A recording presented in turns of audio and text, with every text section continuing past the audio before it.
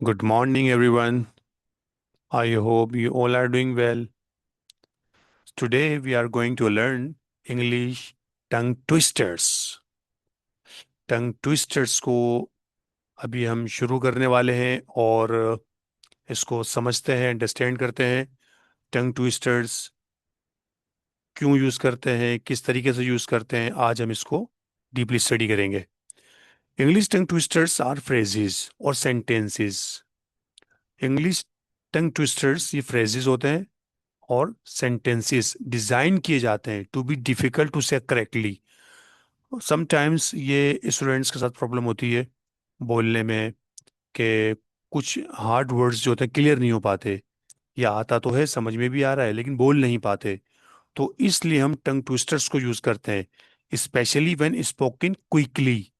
They usually contain similar sounds, repeated consonants or words with very similar pronunciation patterns. Do you understand?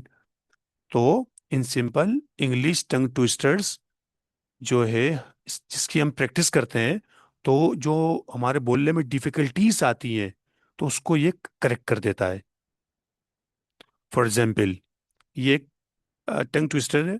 She sells sea shells by the sea shore. ठीक है, अगर इसको हम 5 times, ये basic है, इसको हम 5 टाइम्स रिपीट करते हैं, सेंटेंस को 5 टाइम्स रिपीट करेंगे तो उससे हमारी जो स्पीकिंग जो पावर है वो भी इंप्रूव होगा, और जो हमारी डिफिकल्टी है इस पॉकेट के अंदर क्विकली वो भी हम रिकवर कर जाएंगे। This is tricky because the S and S H sounds occur repeatedly and in quick succession. Why do tongue twisters exist?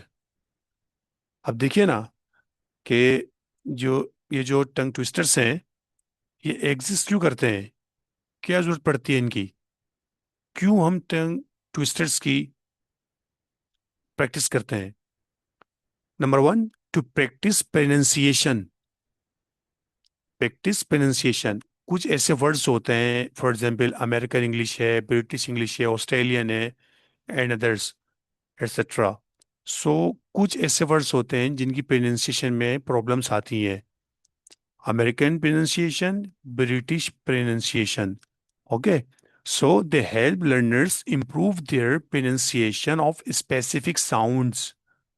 You understand? For example, red lorry, yellow lorry helps practice the R and L sounds. Number two, to improve speaking fluency. इसके जरिए हम टंग twisters के जरिए हम अपनी fluency को भी improve कर सकते हैं। Repeating tongue twisters trains the mouth, tongue and vocal muscles to move more accurately and quickly. जब हम टंग ट्विस्टर्स की प्रैक्टिस करते हैं और जल्दी जल्दी बोलने की कोशिश करते हैं तो उससे क्या होता है कि हमारा माउथ, टंग और वोकल मसल्स हमारे जो वो मूव करते हैं एक्यूरेटली और क्विकली। मिस्टेक्स होती हैं, मिस्टेक्स करेंगे, बट आहिस्ता आहिस्ता हम इसको कवर अप कर लेंगे। Number three, for speech training, actors, broadcasters, singers and public speakers often use tongue twisters as warm-up exercises. Okay, for speech training, तो स्पीच ट्रेनिंग के में जो है वो एक्टर्स वगैरह आ जाते हैं, ब्रॉडकास्टर्स आ जाते हैं, सिंगर्स आ जाते हैं, पब्लिक स्पीकर्स आ जाते हैं। ठीक है ना, तो वो भी प्रैक्टिस करते हैं। और number four, for language learning, they help people become more aware of subtle sound differences in English. Number five, for fun and entertainment. Many tongue twisters were created simply as word games because mistakes can sound funny.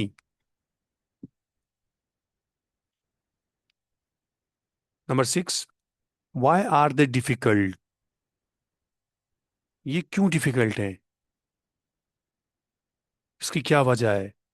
So your brain has to coordinate many similar sounds in a short time. अब जो brain है ना हमारा, वो coordinate करता है sounds के साथ। When sounds are repeated in slightly different patterns, जब साउंड्स जो है वो रिपीट कर रहे होते हैं डिफरेंट पैटर्न्स के ऊपर, it's easy for the tongue and brain to mix up the words. अब ये आसान होता है टंग के लिए, यानी जबान के लिए, और ब्रेन के लिए, कि इसको मिक्सअप जो वर्ड्स होते हैं उसको रिपीटेड प्रैक्टिस के साथ साथ करें, तो ताकि इसको इम्प्रूवमेंट आए, और हेजिटेशन भी इससे रिमूव होती है। दूसरा ये कि इसमें इम्प्रूवमेंट बहुत जल्दी आती है। For example, Peter Piper picked a pack of pickled peppers. The repeated P, K and C, K sounds make it easy to stumble over the sentence. अब यहां पर देखिए, इजी इंग्लिश टंग ट्विस्टर्स, ये जो 1 to 5 यहाँ दिए हैं, ये इजी हैं। अब ये जो इजी इंग्लिश टंग ट्विस्टर्स हैं, इससे आप 1 to 5, इससे आप रिपीटेड में इस्तेमाल कीजिए अपनी डेली रूटीन के अंदर। जब भी आपके पास टाइम हो, आप इन्हें यूज कीजिए, ताकि जो आपकी टंग और जो आपके मसल्स हैं वो इसकी यूज टू में आ जाएं, ताकि आपके वर्ड्स प्रोनाउंसिएशंस क्लियर हो जाएं। Okay, so easy English tongue twisters में आप 1 to 5 इसको इस्तेमाल कीजिए। उसके बाद फिर आप जब इसकी प्रैक्टिस कर लें, फिर मीडियम की तरफ आइएगा, मीडियम इंग्लिश टंग ट्विस्टर्स की तरफ। फिर इसे आराम आराम से स्लो स्लो आप इसको पढ़ेंगे, और उसके बाद फिर आहिस्ता आहिस्ता स्पीड अपनी बढ़ाएंगे। I hope you understand. So एक जो सेंटेंस है उसको 5 times आपने करना है कम से कम, फिर आहिस्ता आहिस्ता आपने इसको बढ़ाने जाना है। ओके, अब आ गया यहाँ पर नीचे हार्ड इंग्लिश टंग ट्विस्टर्स। ये थोड़ा लॉन्ग है और हार्ड भी है, तो अ, इसको भी आप इसी तरीके से पहले स्लो स्लो करेंगे, प्रैक्टिस करेंगे, फिर इसको आप थोड़ा सा स्पीड अपनी बढ़ाएंगे, फिर और ज़्यादा स्पीड बढ़ाएंगे। ठीक है ना? तो इससे ये आपके जो है जो साउंड्स वगैरह हैं, प्रोनाउंसिएशंस हैं, वो इम्प्रूव हो जाएगी, और आपको इंग्लिश के अंदर कोई दुश्वारी नहीं आएगी। आई hope you understand English tongue twisters. So if you have any questions, please comment below, I will guide you more. Thank you so much.